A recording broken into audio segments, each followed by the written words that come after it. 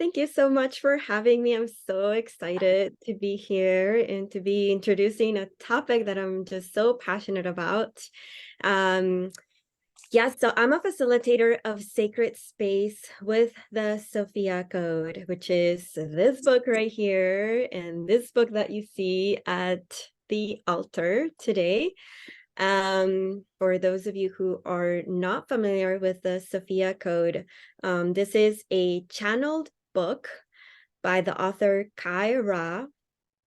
Kai Ra is an international bestseller author and the founder of the Mystery School and this movement that she calls the Sophia Code. And I know, Annie, that you work with other beings and your audience might be familiar with other beings of light that are here to assist the planet. And I just wanted to say that the Sophia Code is a specific high council. So there are many high councils out there and so many light beings that are assisting humanity at this pivotal moment in history. And the really exciting news about the Sophia Code is that these ascended masters that are mentioned in the Sophia Code, which I can go over them in just a moment, they are here to help us step into our sovereignty, into our sovereign divinity, right? Because there are so many beings out there of light that haven't been before in a human body, they're from other star systems.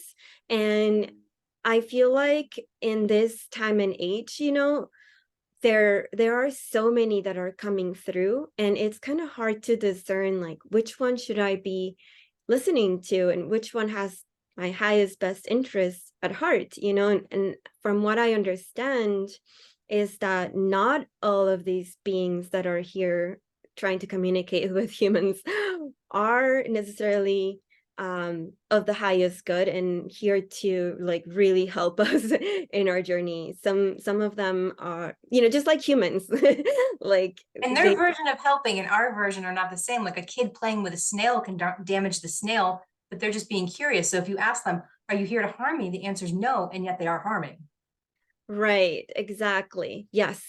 And so the very exciting news about the Sophia Code is that these ascended masters are here with no agenda, zero agenda for themselves. They're just here to help us really empower ourselves and step into our sovereign divinity. So this is a high council that was ordained by God itself, whatever you call God, universe, Great Spirit, Sophia. Depending on our language, it changes. Yeah. Exactly. In the Sophia Code, we refer to God as Sophia because that's the name that came through to Kyra as she was channeling this book. And the reason why is in a feminine form now is because there is this huge reconciliation that needs to happen between the divine feminine and the divine masculine, right? Because yes, we're just be in balance. yes, we've just been so out of balance for so many years, thousands of years, really. And really what needs to happen now is to have that reconciliation of the divine feminine qualities of Sophia, of God, with the divine masculine. And there's no competition here at all. It's just about really coming into balance and and and balancing those energies within ourselves first so that we can from there, because we are the creators, right? If we're not in balance, the creatrix is what I really loved about the word in the book, the creatrix. And I'm like, yes, I want to be a creatrix. yes, I love that you say that, because yeah, we are so used to hearing that word in masculine and all of these words in masculine, right? Even history, right? Like we want it to be herstory, not history. So, well, not that we want it to be, but like there is really this reconciliation again that is happening now. And so yeah, so so we're referring to God as the creatrix of all and the creator of all. So it's both, it's equal. And yeah, so does that cover a little bit of my yeah? Yes. And I read this book. I read this book right before the pandemic. Mm, I stepped into the pandemic with that feminine divine energy, and mm, that has changed the trajectory of my life. Went mm-hmm, from I went from like veteran career progression programs pre-pandemic, like 2018, into doing what I do full time. This was a big catalyst in that journey. It was a reading this book, and I had mentioned to you before we started the recording, there are not a lot of books that I read that I vibrate reading them. mm, This book was one of the books that I could feel as I was turning pages. Some of the women in the book vibrated less than others, and we'll get into that later. But when I hit the chapters that were within me, I mm-hmm. could feel like an activation hitting my body of, I am embodying this. I am remembering this. Exactly. Yes, yes. And that is exactly what I felt and what I absolutely love about this book, because this book, it's basically I've heard Kyra, the author, again mention that it's like a motherboard. It's like Is crystal. that It's my word? Is that not my word, audience? like yeah, it's like this crystal. Like you can literally just carry this book everywhere you go, and you're just going to feel protected, elevated, and like you can use it as divination. Just open it and any page that you fall into, and it's going to give you the exact message that you need to read in that moment. And well, it was like that for me too. And I love that you mentioned that you began reading this book right before the pandemic, because for me, it was right as the pandemic hit. I think like within a week or so, I found out about this book. I ordered it, and I just knew it was a powerful book. So Yeah. it took me some time to like really create the time and space to start reading it. And once I did, oh my God, like what you're saying, like the feelings in your body, like I was feeling Vibrating. that.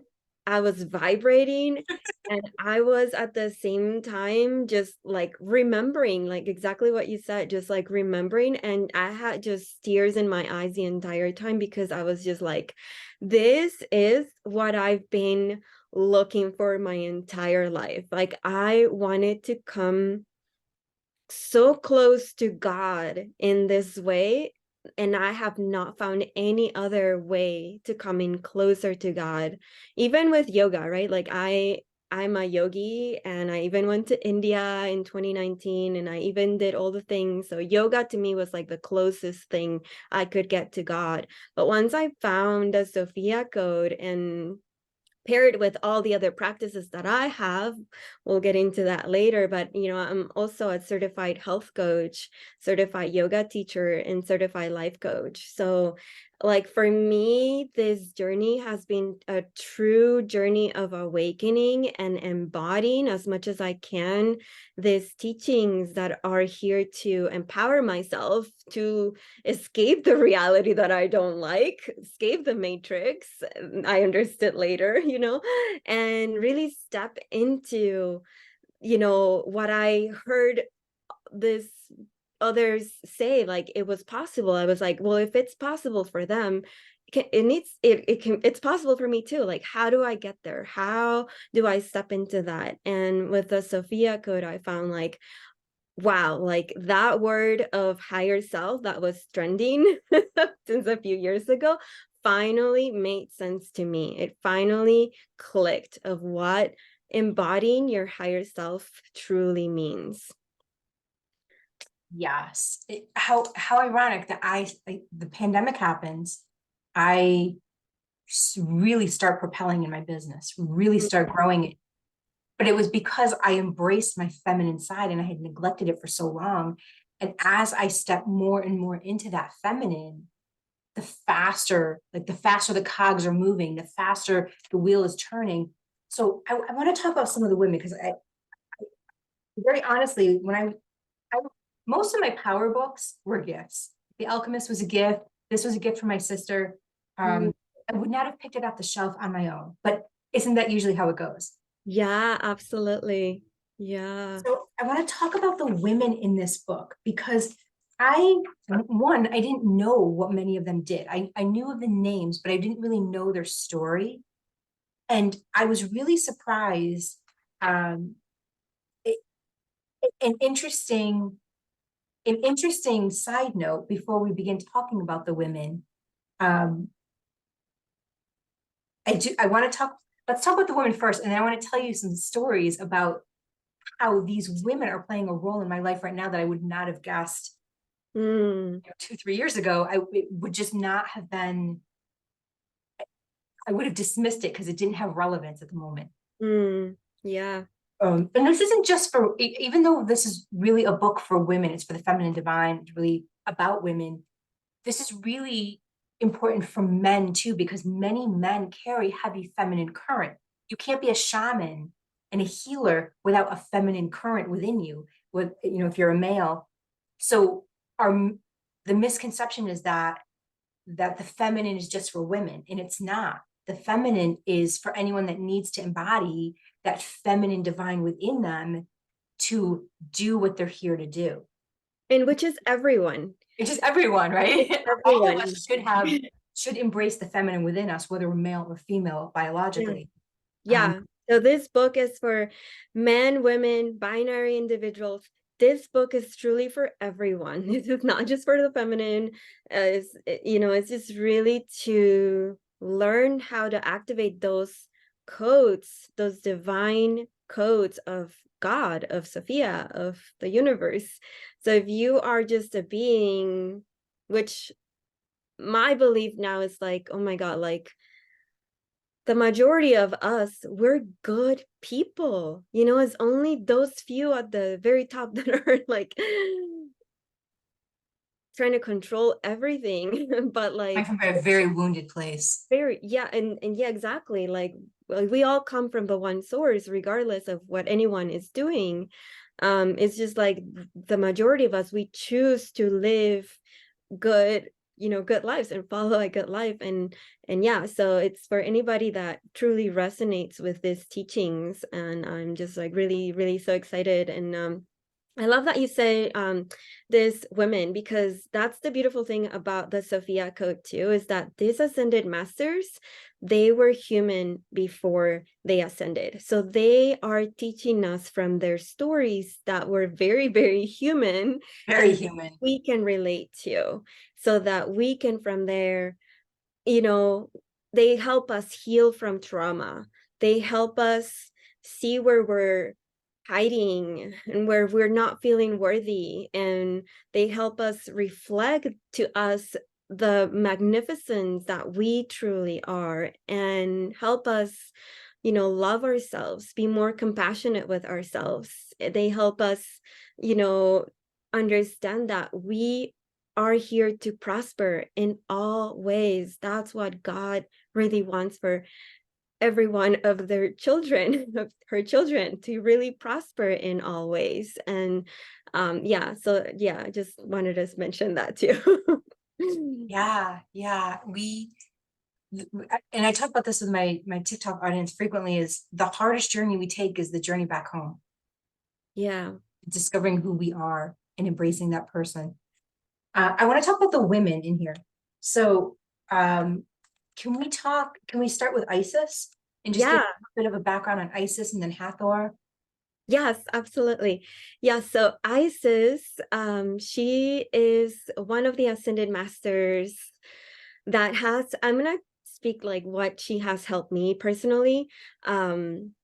She personally has helped me step more into my power of like my leadership and what I'm truly here to share with the world. She's one of those ascended masters that's like so loving, but fierce at the same time, and she can just manage it all. You know, she was the goddess of Egypt, the queen of Egypt, and she had her beloved husband Osiris, and so her and Osiris led this wonderful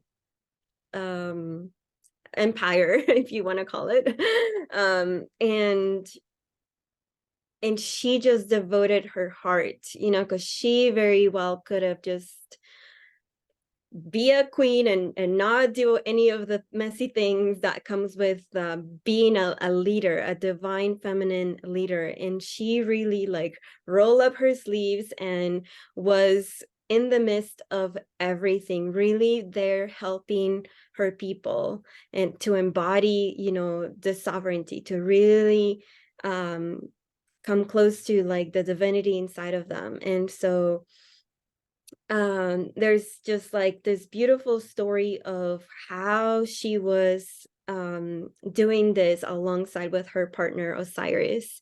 And so yeah, she's just completely just helped me see that, you know, I am divine and I am here to serve and just stop, because I you know, I not gonna say that I'm completely like sometimes, you know, I still have those thoughts of like, who are you to be doing what you're doing?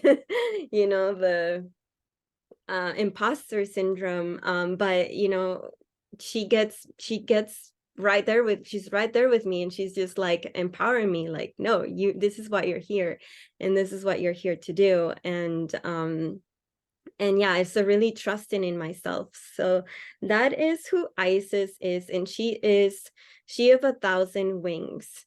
So yeah, just Hathor, you mentioned Hathor. So she is actually an initiate of Hathor, and they both come from Egypt. And so the order here in the Sophia Code really has no it doesn't play like, okay, this is number one and this is number two, because they are by key codes, right? So you hear key code 1 is Isis, and then key code 2 is Hathor. But yeah, Isis was an initiate of Hathor, and Hathor is, wow, so multidimensional. And something else that I wanted to share is like the beautiful thing about this ascended masters is that they're here to empower us through each chakra. So Isis is here to empower us through the root chakra, and to like really forgive ourselves from any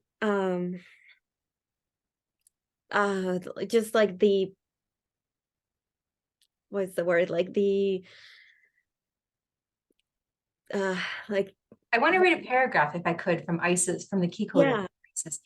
So this is, so for my audience that have been following me for a while, numbers speak to me. So I know when something's channeled, whether it's the Alchemist or Convoluted Universe, the same page has similar messages. So this is one of those power pages. And I want to read what I had highlighted back in 2020 that I thought that where I vibrated.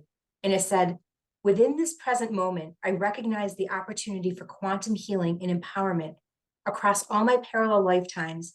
And I take courage to wholly forgive and accept myself now. And I had highlighted that back in 2020, thinking, what a powerful statement. Yeah. And that was Isis.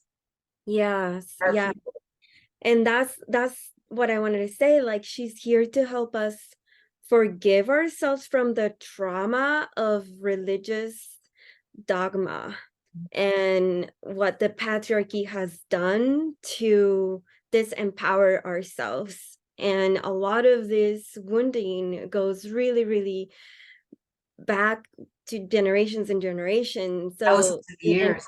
lifetimes as well. So we are healing from all of this collective trauma. And that's what I love about Isis too, that she's here to get us real to the truth of who we really are. So it starts really powerful already with she's chapter 6 in the Sophia Code. And then we move into Hathor, which is she of 1,000 voices, who is here to empower us at the sacral chakra. But we know that the sacral chakra is very connected to our Yeah. throat chakra. So her You and swallow Mary, your words, where do they go? They usually go in your digestive system.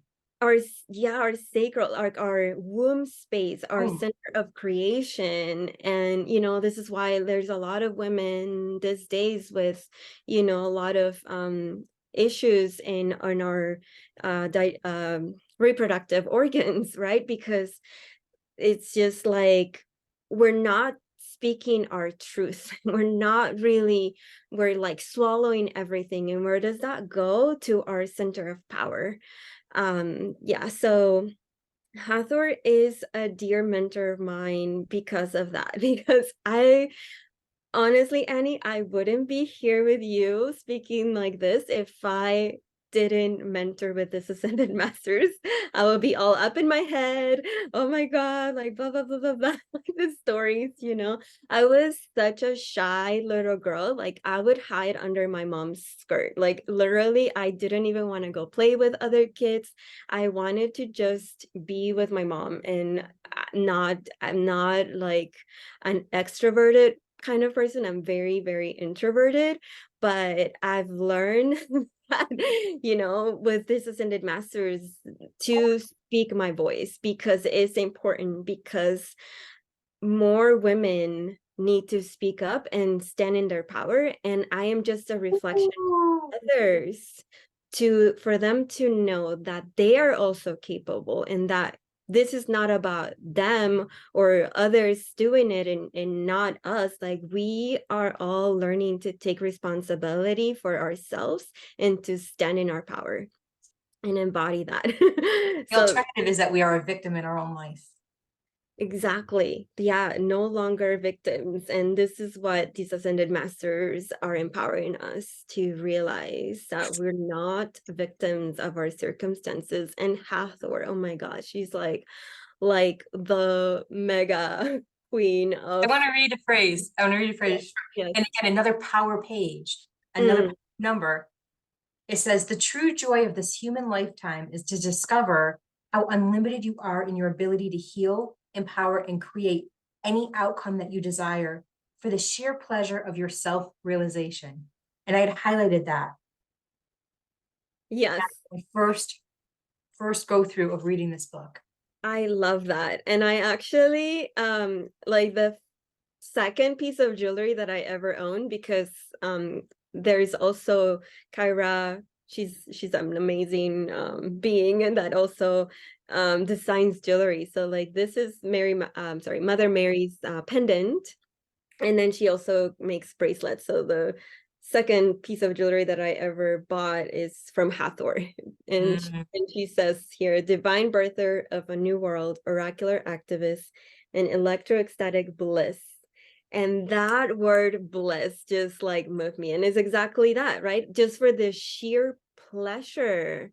Like we're creative beings. We're here to enjoy and feel that bliss, that connection to our source that can only come once we fully activate this energetic centers within ourselves, right? And that activate that divine genome, as God is actually telling us here in chapter 2 actually of the Sophia Code, is all about the divine genome. So yeah. Ooh, goosebumps. Yeah. Yeah, thank you. So you want to move into Green Tara now? Oh, this was one that surprised me because I didn't resonate with her.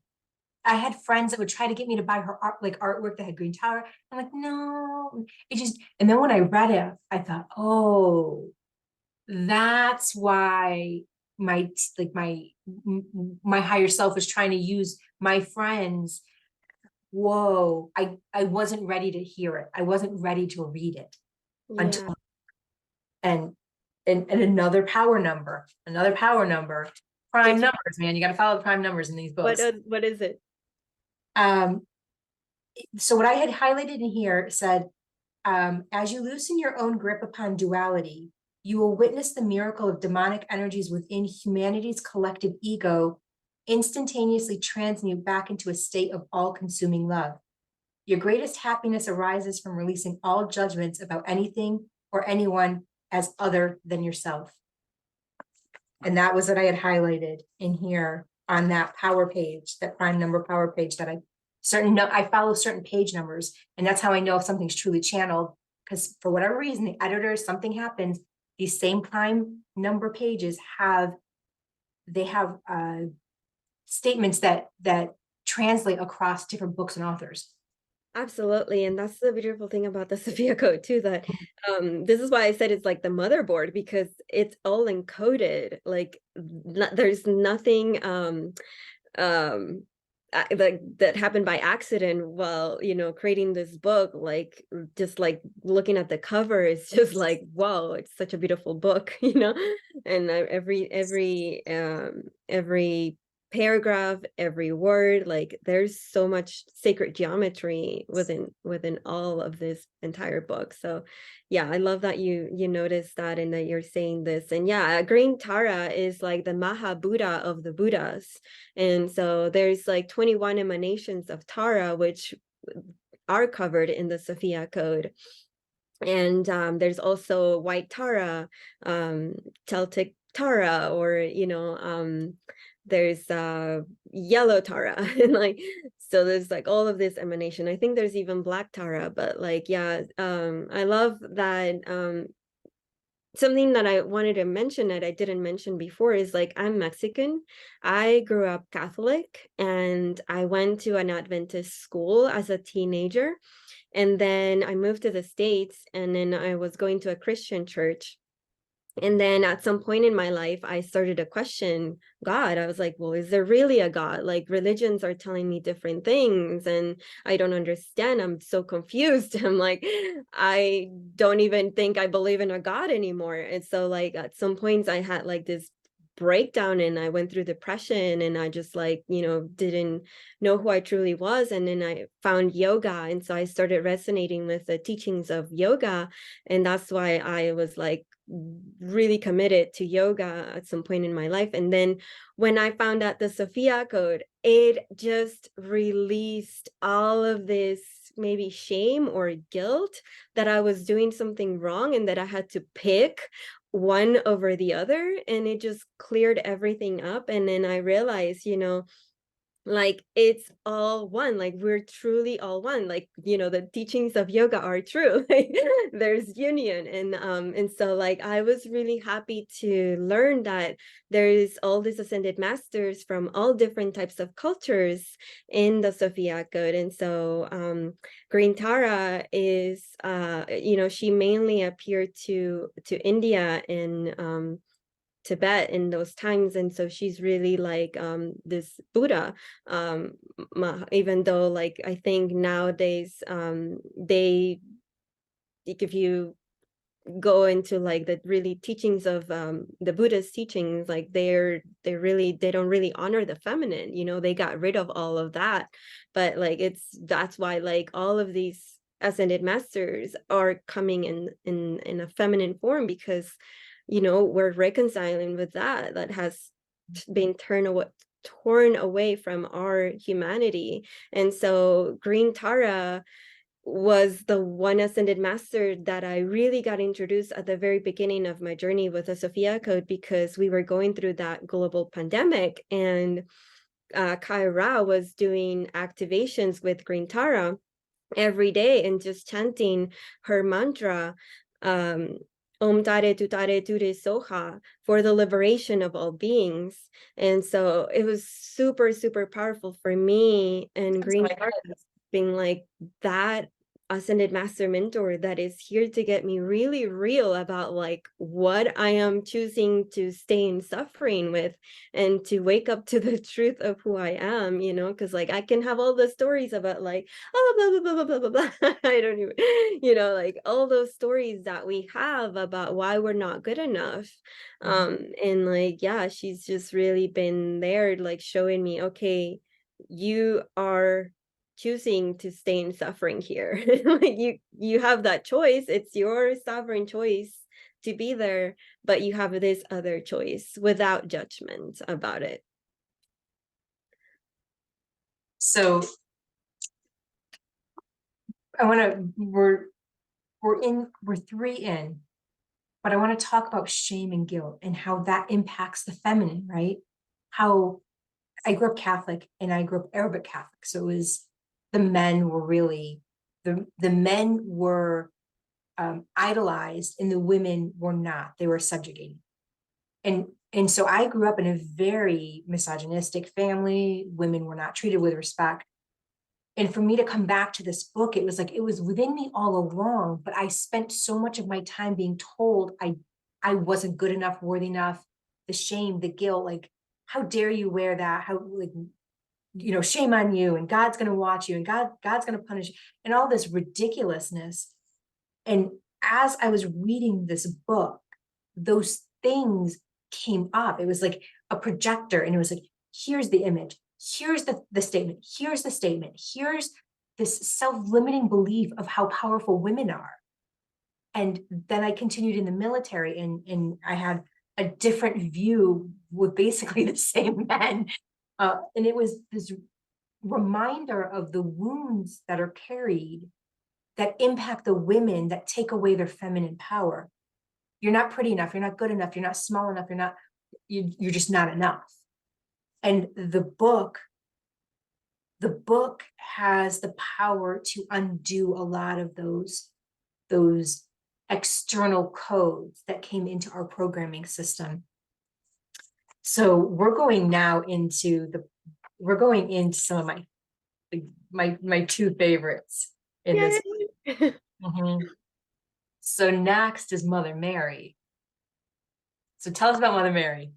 Oh, I have such deep love for Mother Mary because as a little girl, Mother Mary used to appear to me in my dreams. And because I grew up Catholic, I almost like want to cry right now because I felt so unworthy, and I felt like she was coming to me to punish me because I wasn't being good enough. Okay. You're not being a good little girl. Yeah. Yeah. No, said you were going to become a powerful warrior woman, but you know, as a little girl, we didn't know that. Yes, and there was so much shame and guilt from growing up Catholic, and just, I remember like having dreams about her and almost like wanting to like run away, like cover myself with a pillow and just like, no, no. So I definitely know that she's been with me now with the Sophia Code, learning to reconcile my relationship with her, because like what I mentioned before, like in my teenagers, I went to an Adventist school. So then I learned that praying to Mother Mary wasn't right. Like you were committing a sin because you were praying to another. Idolizing. Yeah, idolizing, exactly.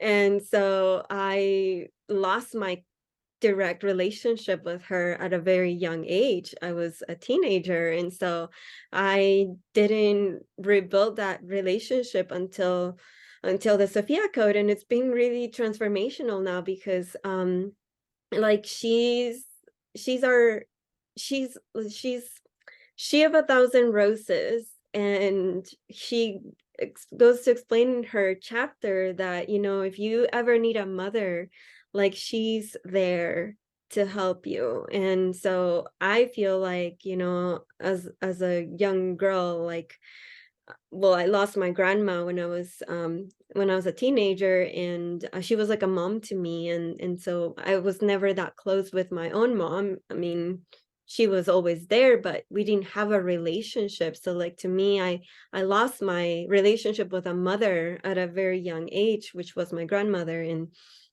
that's why, like I mentioned before, like I went through depression in my early 20s, and just like really like not knowing why I was here. And I lost, I didn't have that relationship with Mother Mary, obviously, at that point. So like it was just really challenging. And now that I know, like, wow, like she was, even though I didn't know, she was always there with me, and she's always been there for me, and continues to be that loving mother. And it was just really beautiful to like connect with her again and like feel her embrace and feel her be there without judgment of me that I turned away from her. Like it's just like a reflection of God herself. Like God will never judge you, you know. So like yeah, I know that she's here for my greatest empowerment, and that's why I adore her. I have her pendant and build altars for her very often, and every time, like, well, actually just want to mention this too, that Kyra is running a journey right now with Mother Mary, which is called Mother Mary Speaks. So she's channeling her second book, because the Sophia Code is this is the introductory volume. So there's going to be other volumes, and the second book that she's channeling is dedicated all to Mother Mary. And the reason why is because my story, I know it's not unique to just me. I know a lot of people out there that feel the same way, that didn't have a mother, didn't have, you know, that feminine uh, archetype in their life, and that's why there's a lot of people walking out there with their broken hearts, because they don't have this connection to their mother. And this is why Kyra and Mother Mary, like Mother Mary's coming strong, like, hey, you need to understand, like, I'm here for you and you can count on me, and reflect that love that we truly are. And then just like does it in such a loving, gentle way, because it's coming back through to our heart chakra. She's there at the heart chakra, like awakening our petals, each one at a time, you know, and at our own pace, and not rushing anything, but just being very gentle with us. Like she is there. So yeah, I can talk about Mother Mary forever. There's a phrase in here on another power number, and it says, it requires significant courage to trust your innocence, guiding you to have faith and follow the path of your greatest potential. And I want to repeat that again for my audience. It requires significant courage to trust your innocence, guiding you to have faith and follow the path of your greatest potential. And that comes from Mother Mary. And she says in here in the key code, you can call on me for help with anything at all, for every moment of your life is precious to me. And I thought, whoa. Yeah. That hit me. I don't know why that hit me so hard. I cried when I read that line. Yeah. Yeah. It's because we internalize, you know, like we're not good enough. Like I remember like not even being able to pray to God because I felt so unworthy, that how dare you are asking for help when you Who are have you? people. And Who you are have you a to ask for help? sleeping. It's like, yeah, so yes. And so yeah, I love that you just read that, because yeah, like every single action and every word we utter is important. And I love that Mother Mary appears also in Heather's chapter. And this is a beautiful verse that I just wanted to share here, because she says, and it's in page 102 if you want to read along. I memorized it. So I'm sorry, 103.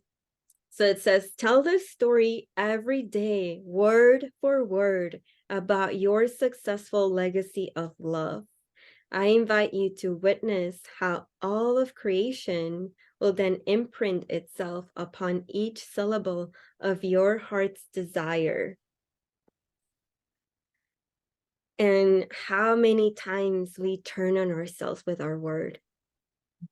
Oh, I'm so stupid.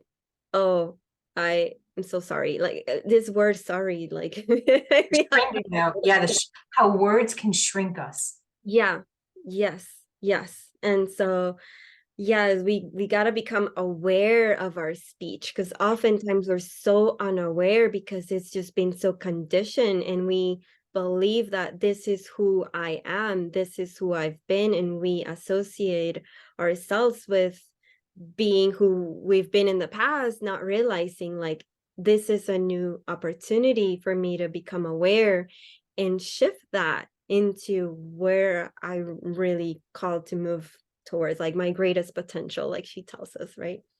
And it's scary. It takes a great amount of courage.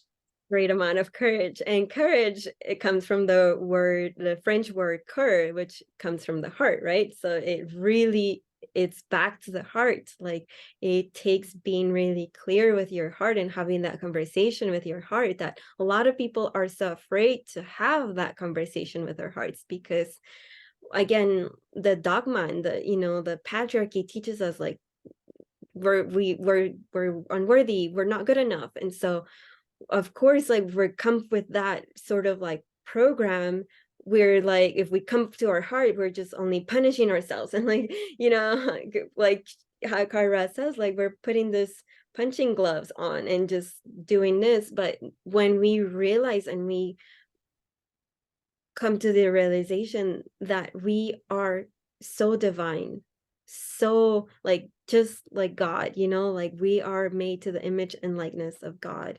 And so we are holy, we are divine. We are sacred ground. Yeah. Yeah. Where we stand is sacred ground. Yeah. Oh, I love that. Yes. So now the next Mary Magdalene. Magdalene. So Mary Magdalene is at the throat. And I love Mary Magdalene because, oh my God, before mentoring with her, I had such a like resistance to like fully embody my feminine. Like I was so afraid of this wrathful aspect of the feminine. And Mary Magdalene was mentored by Kali Ma, by Sekhmet, by this teachers that are fierce and that they're here to really help us stand for what is truth, what is right. And I love that she talks about having this what is it? Rightful? Am I saying that word correctly? Rightful anger. Does that sound right? Rightful anger. I talk about that too. Yes. Anger itself is not a bad thing. When Yeah. it's channeled with intention smoothly, it becomes the rightful anger. Yes. You can take it and use it to also create in a Yes. positive way.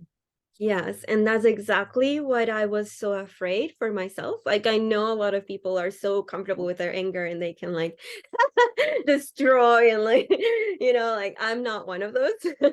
I've been more on like the passive side, but also didn't know how to use my anger. So like, yeah, when I was angry, I would just The destroy things. righteous anger. Righteous, exactly, righteous.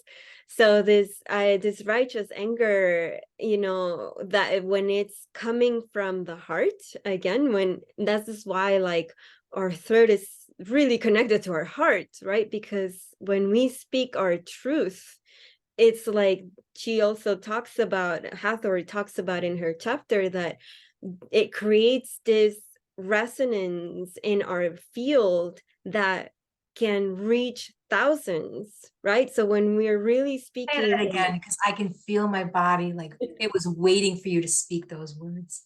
yes, when we're speaking from our truth, like it creates this energetic field that is just reaching hundreds of people. So Oh, no, no, thousands, hundreds thousands of thousands. thousands of people, yeah. And like it's why, like, as feminine beings, we need to step into our power. And this is why I'm so passionate about sharing the good news about the Sophia Code, because once we activate this divine genome within us, and that helps us activate all of our chakras, like what is possible for us. Like there's no thing that is not possible. Like all of the doors are wide open. And yeah, what a magnificent thing. Once we like were fully activated in our power, how much how, like, what type of reality can we create from that? You know, like this heaven and earth reality, it's really here. It's really a consciousness that we need to step into. The faster we do it, the faster we're gonna see generations, future generations just reap the benefits of this, right? Those of you who have children, this should be very, very important to you. It's interesting that you mentioned that, because I remember being 14 years old and they were talking about, oh, you'll go up to heaven, you'll go down to hell. And I remember hearing, ironically, more of the Jesus voice saying, this is the heaven, Mhm. this is the hell. It is Mhm. how you see your world that determines which one you live in. Yeah.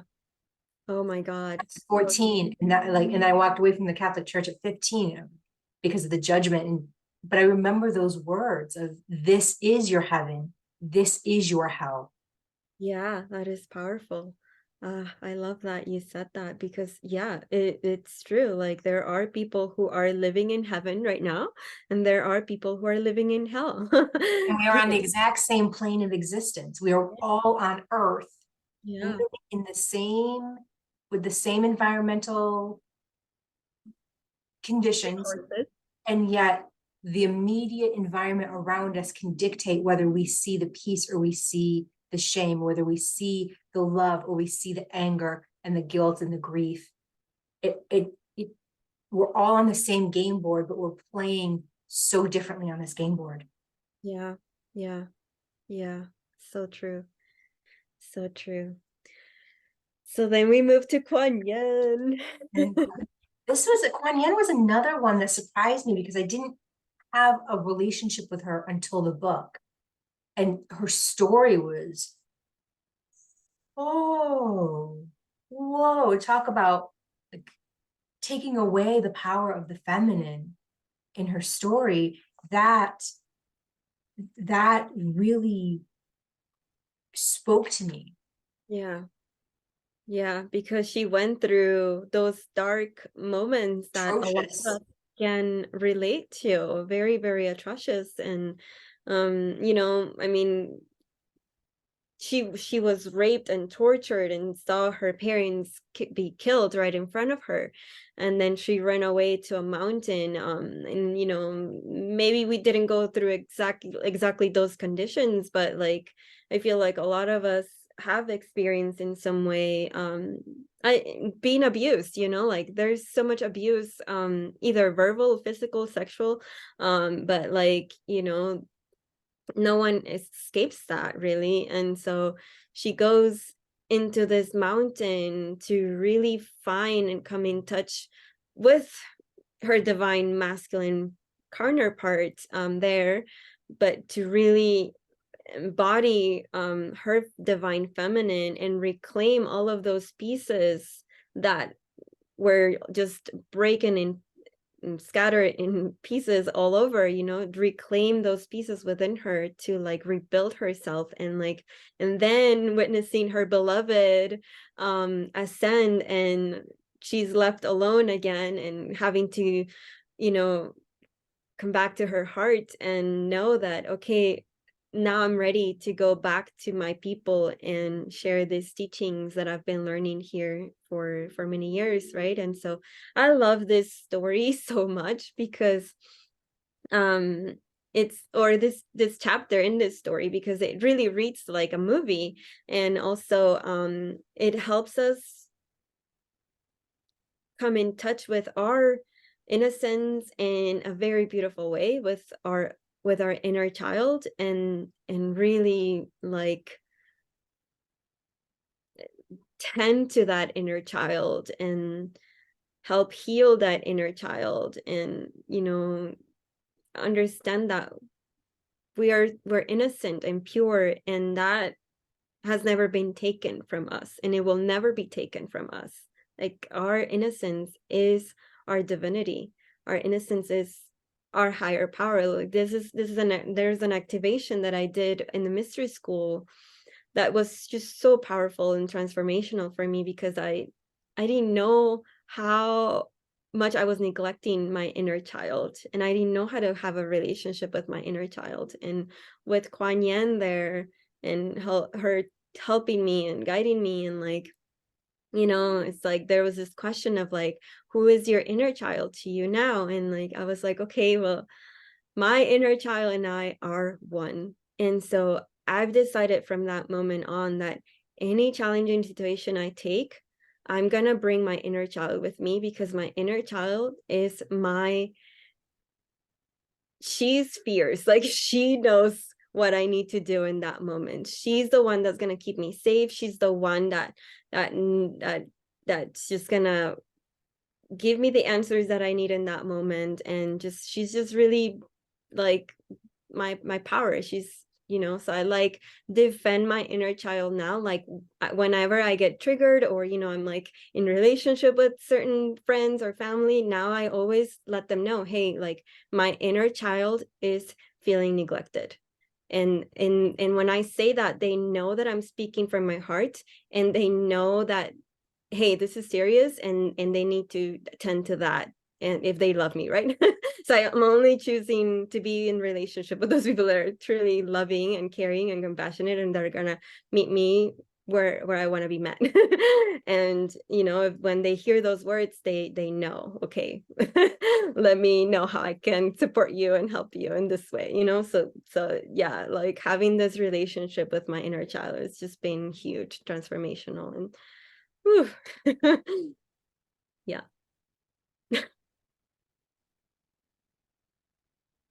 Yeah, one of the lines that I highlighted for Kuan Yin was, "You came to experience the sovereign power of your divinity through the vulnerability of your human experience." Mm. I thought, "Call upon me as a mentor if your divine purpose is to lead others by embodying your own radical self-compassion." Yeah, exactly what I what I was describing right there, you know? Yeah. Yes. Yeah, so she's also from the Buddhist lineage, Mhm. and her mantra is Om Mani Padme Hum, which is all about compassion. Like we don't even know as humans sometimes what true divine unconditional love and compassion means. And so yeah, that's the chanting this mantra, you know, you speak this Sanskrit words that carry such high frequency, you know, uh, resonance when we speak them. Is that, yeah, so yeah, it's just really, really powerful to I love this mantra of Mani Padme Hum, is one of my favorite ones. So who's next? Oh my goodness. So now we have a white buffalo woman. And White Buffalo Woman. yeah, I love white buffalo woman because I honestly, like, she was a surprise in the book for myself. Me too. Um yeah, because I had no knowledge of who white buffalo woman is.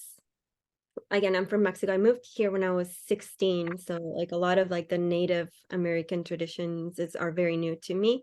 And so learning from white buffalo women, I just like absolutely feel like I have this already like connection to her, because like she of a thousand she of a thousand thunders, sorry, she of a thousand thunder beings, like sorry, Mike. A Thousand White Clouds and Thunder Beings. Thousand white clouds and thunder beings, right? So like a thousand white clouds and thunder beings, the thunder beings being the elders, the Sky Grandmothers. sky grandmother, right? So like I always, since I was since I was a child, I adored elders, because I just had like this immediate resonance and connection with elders, and like that, I feel like that's why also my grandma was very dear to me. And so like learning about, like coming from Mexico again, like learning about respect and honor in such a like really beautiful way, and then reading in this book how white buffalo woman introduced herself to this tribe. Oh my god, her story from the very beginning just struck me as a lightning as a lightning bolt. I was like, whoa. Like, yeah, I so like how it starts. It says, in his perception, I first appeared as a tall white buffalo emerging from a great white light. yeah, yeah, yes. And so something that I just recently learned about her too is that she she's like the prophecy of this tribe, right? So she's like a messiah figure too in this specific tribe that she introduced herself to. So um I absolutely love and adore White Buffalo Woman because she's like the only native to this world too. Like all of the other ascended masters come from other star systems, but White Buffalo Woman is native to Earth. And so that's why she's also key code 7, and then in coming from the north, because with her come the elders and the 4 seasons, and it really represents Mother Gaia as well, with the thunder beings and the white buffalo and like this prophecy. So she's like the eldest out of all of the ascended master mentors in the Sophia dragon tribe that is native to Earth. Yeah. So I just happened to pass my eyes over a highlighted line. And you ever have, you read a book and then you kind of forget it, like I would forget about it. And then I have actions over the next few years that back it up, forgetting that I read that line.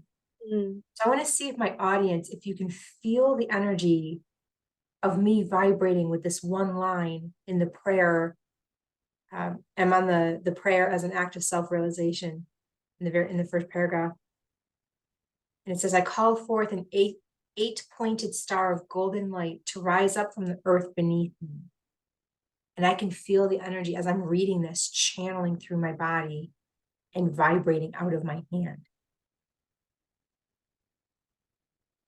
Yeah. I love that. Powerful.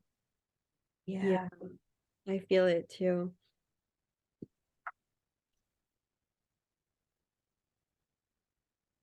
Yeah. So now what about the Sophia dragons? Oh, the Sophia dragons. Woof. Good dragons. Got a lot of tabs in here. Yeah, I love the Sophia dragons. And I honestly, they were a surprise to me, and it took me a little time to like, kind of like, I don't know, I guess like really believe like, okay, we're talking about like Sophia, like dragons, like real dragons here, Sophia dragons. But yeah, they're like birthers of worlds. Like these beings are just like so powerful and create worlds, like, and I love that they're mentioned in the Sophia dragon tribe, because, or in the Sophia code, because like they're the only being that is interstellar, um meaning from all of the star systems, from all of creation, and also like they appear in Kuan Yin's chapter, right? Like the Sophia dragons were there, and so that's why Kuan Yin often appears standing on a dragon, because the dragons are like here to reflect the purity and the divinity and like the magnificence of who we truly are, and that we're only able to see them and claim them and just learn from them and mentor with them when we're really tapped into our divinity. So that's why they come at the very end, because once we've gone through every key code initiation, every chapter in the Sophia code, learning from all of these beautiful ascended master mentors, then they're there to really like open wide the temple gates and be like, this is you. Like, are you ready now? Like, you are here to create, and you need not to be afraid. Like, this is why you're here. And like, I absolutely just, oh my God, like love the Sophia dragons. And also I'm just like looking at this unicorn that I have over there right in front of me. And like they're so connected to this like beings that we were like as children so connected to, you know, like unicorns and fairies and like all the beautiful beings that are just out there, that they're magical beings, right? That are not really here on this plane of existence, but they're in our consciousness. And so yeah, the Sophia dragons, yeah, they're just so magnificent, and they're again here to help us step into our leadership and what is truly our divine purpose. And it's like, okay, it's game on. It's like, this is why you're here. You chose to be in this moment of time here on earth for a big reason, and you've got everything inside of you to make that happen and start building, creating heaven on earth. So for those that are watching, when is your next Sophia Circle journey? Do you have that date set? That's gonna be in the fall. I don't have the date yet, but I am running 2 circles right now, and back to where we started, right?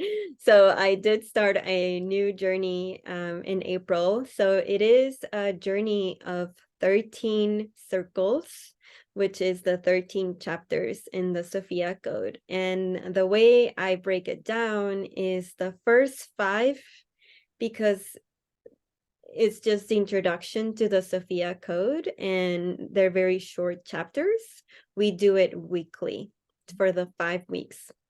And then once we start mentoring with the Ascended Masters, we do it bi-weekly because we want to have more time to do the initiation. So we read part of their chapter, which is their story, and then we go into the initiation.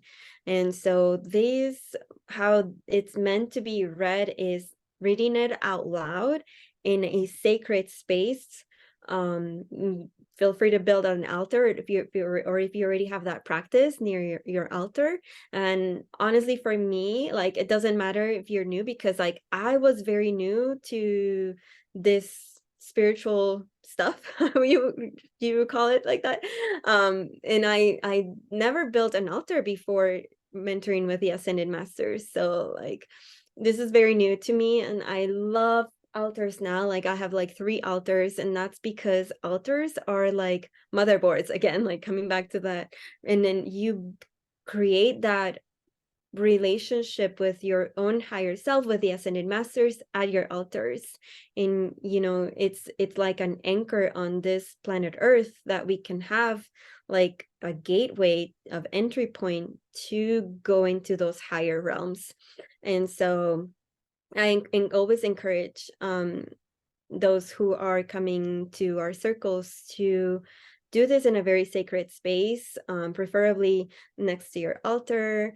And an altar can be as simple as lighting a candle, having your book, having some water, a crystal, and that's it. If you want to add a picture of your favorite Ascended Master, that's great too. And if not, it's all good. But yeah, keep it simple. And so yeah, so once we start mentoring with the Ascended Masters, it is bi-weekly. And yeah, so it is a commitment to this, to your own, you know, your own embodiment of your divinity and your higher self, doing it alongside with other angels, because I know this journey can feel very lonely at times, and this is exactly why I have this strong calling to creating and gathering community. I also run women's circles on a monthly basis, and that's a separate offering. But with this, you know, Sophia Code, it's also done in community, because everyone who is a part of that circle, we are, you know, there to reflect one another. We are there to really be mirrors for one another and help each other along this beautiful magical journey. And I've had men join my journeys. I've had, you know, young women, I've had older women, I've had moms, pregnant women that come to my circles and go through these circles as they're, you know, preparing to give birth, which has been so magical because I know that once they, like, oh my God, like, just go, like, if you heard their stories of like how they went into the delivery room embodying their higher self, is completely different than if they would have gone through it not knowing anything about this. Like, it was just life changing. And then just like knowing that they're babies now, like they're like the most happy and they smile the most, and like they're just like initiated as well into this frequency. So it's a truly multi-dimensional work, you know. We're healing generations, past generations, future generations. Is just truly, truly magical. So Veronica, this was so much fun. Just so much fun. I love talking about good books and the power, the feminine divine, the divine within us. Um, all warm my heart deeply. So I want to thank you so much for your time.